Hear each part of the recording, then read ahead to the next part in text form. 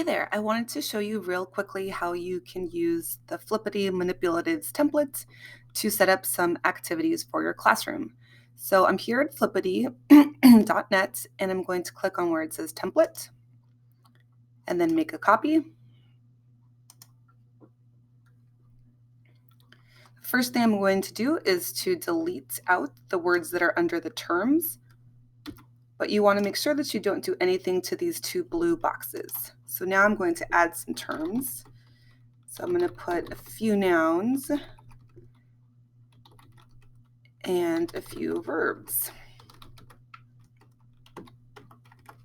Okay, and you can also set it to change colors. So we're going to make these red. And then we're going to make our labels yellow. Okay, the next thing you want to do is go to backgrounds, and these are all your options. You can get a preview if you click on the link. And we're going to go ahead and take it down to just 2. So now students can either use an all white background or a 2-column background. Okay, back in the demo, we're going to actually change the name of this worksheet down here. Click on rename. Change it to nouns and verbs.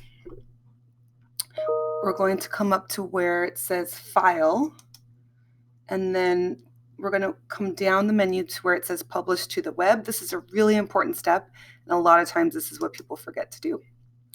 So you don't have to change anything, just click the green button that says publish, click OK. You can close out of that.